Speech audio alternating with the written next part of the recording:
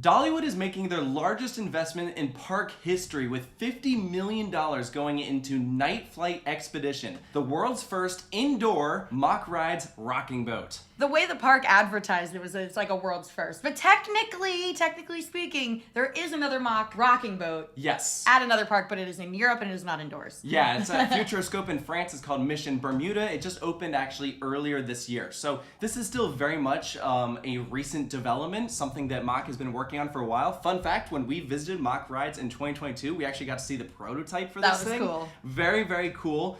Such an innovative ride system. I love the description that they have going for this. This is a family hybrid coaster and whitewater river raft ride. That's how they describe it. So, credit? Is it a credit? I have a lot of questions about this, but I mean, that's obviously at the top of the list for sure. Obviously. So we have a lot to discuss with this attraction, but first things first, this is going in the back of Wildwood Grove behind Big Bear Mountain. So this is their phase 3 expansion to this land, which is a huge deal because they've been pouring so much time and effort into this land. It already has won the Golden Ticket Award for Best Kids Area, and it just keeps on getting better. Yeah, no, this area of the park is totally beautiful. But, like, you know, if I were to look at what Dollywood has to offer and, like, identify where there might have been, like, a weak spot or a gap, it would have been in the indoor attractions department. 100%. Because, you know, the temperature can get a little hot there, and they're open in the winter when it's cold. I've been to that park way too many times when you're just wandering around trying to find something to do because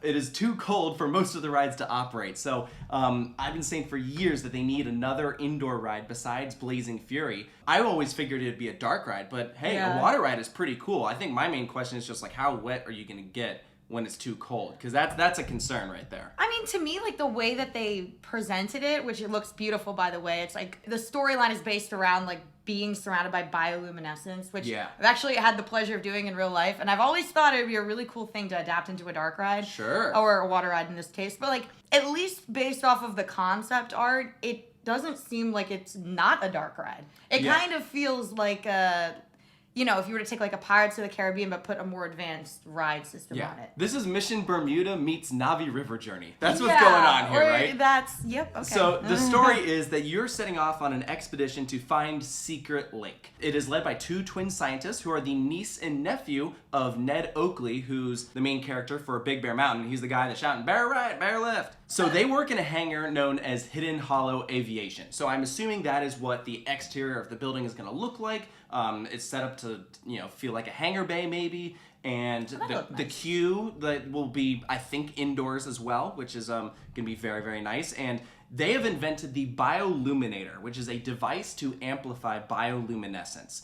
I need that in real life. I know, right? They have mounted this device to their family's amphibious aircraft. So it is something that can go in the sky as well as in water. They are going to follow the wildwood trees' glowing roots to lead them to Secret Lake. And so I love this. It's pretty fun. That's adorable. Dude, classic Dollywood, going for like a family-friendly, just like adventure theme out in the Smokies. So they are describing this as 4 rides in one, and that is that you are taking a nighttime flight across the Smoky Mountains. It is a thrilling whitewater rafting experience. It is an indoor roller coaster along a mountain ridge, and it is a winding boat ride through a shimmering lake. Well, we're talking a runtime of 5.5 minutes, which is like a pretty decent length ride. Absolutely. So I can see it. You know, if you were to break this up, I mean, each section is going to be over a minute. So yeah. I'm very curious in seeing like how this actually fits together, because that's a lot that they're talking about packing into one experience. And if you look at the on-ride footage from Mission Bermuda, you can kind of get an idea of like how that could work with this ride system. Mission Bermuda is about a 4.5 minute ride, but keep in mind it is about 400 feet longer in track length. Yeah. So that means, in my opinion, that this is going to have probably some slower sections, maybe not as many whitewater rafting moments. Like that is, you know, you're going to the Bermuda Triangle, so it's a lot of whitewater rafting, and I think it'll have like a section where you're doing that, but it's gonna be more just kind of like exploration, I think. And you know what, I'm fine with that, because I like the idea of slowing down to be able to look at, you know, whatever the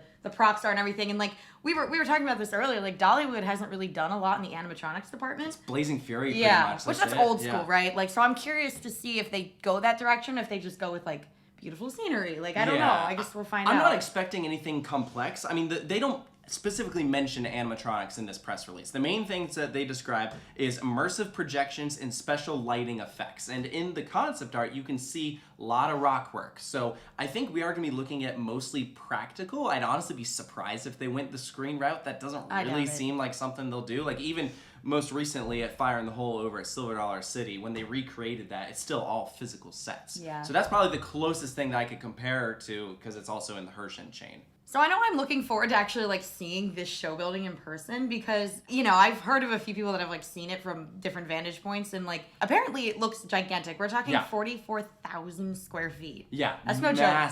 Massive. You can see it from the train loop as you're going around. And so like it is going to, well, I mean, for one, it is outside of the view of most park guests. Like they're creating an all new pathway that goes under Big Bear Mountain that will lead you to this entrance plaza, but it is going to be the last thing in this zone, so it's gonna be, you know, dead end. Once you do that, you turn around, head back. They're gonna build like a little lake out to the right of the Not to entrance. be confused with Secret Lake. No, two different lakes. This one is not a secret. This one's no secret. It's right there. Yeah. One of the other crazy stats that they gave was that there's gonna be more than 500,000 gallons of water in there. That's a lot. I don't really know if I have a concept. Like I've never just sat and dumped gallons of waters into like a bucket. And if, I don't know who has, so. I don't know, but like clearly they counted at least a little.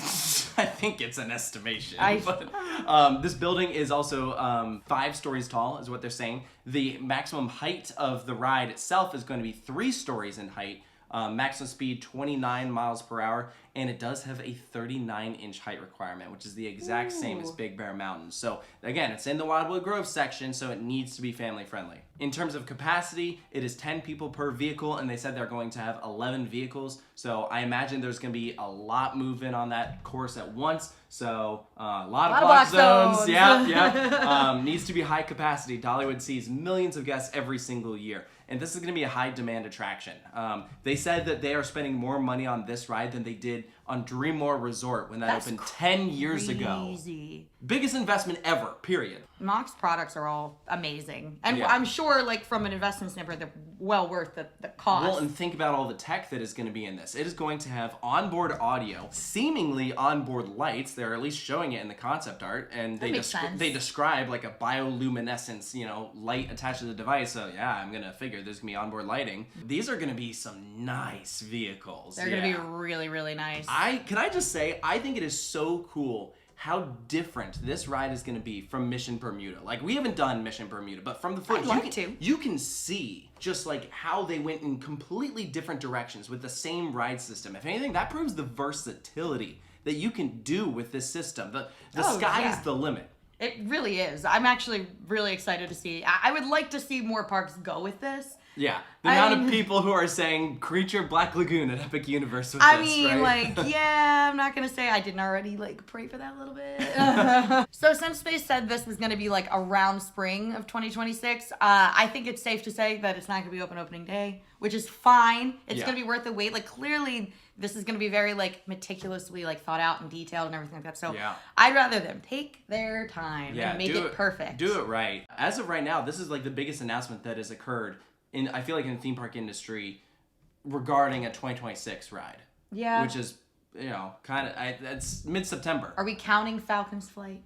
No. Okay. that's its own thing. Okay, that's its own thing. That's fair. Yeah. No, I'm super excited for this. Like, I don't think that anyone expected that they would go with the first Mack rocking boat when they started putting up that building. You know, there was a lot of speculation about, like, if it's going to be a flying theater or a traditional dark ride. Yeah, right? You know, I could see the assumption there. Be like, oh, flying. You wouldn't go boat. Right, exactly. That's usually not a connection people make. Yeah. But hey, you know what? It works. Dude, creativity, man. I think they're going to kill it with this thing. I'm super excited for this ride. Mm-hmm. I think it's going to get everyone's attention. Heck yeah. So let us know down in the comments below. What do you think of Nightflight Expedition coming to Dollywood in 2026? And we'll have more announcement coverage coming up soon as other theme parks announce their big capital investments for next year. But we appreciate your guys' support as always, and we'll see you next time.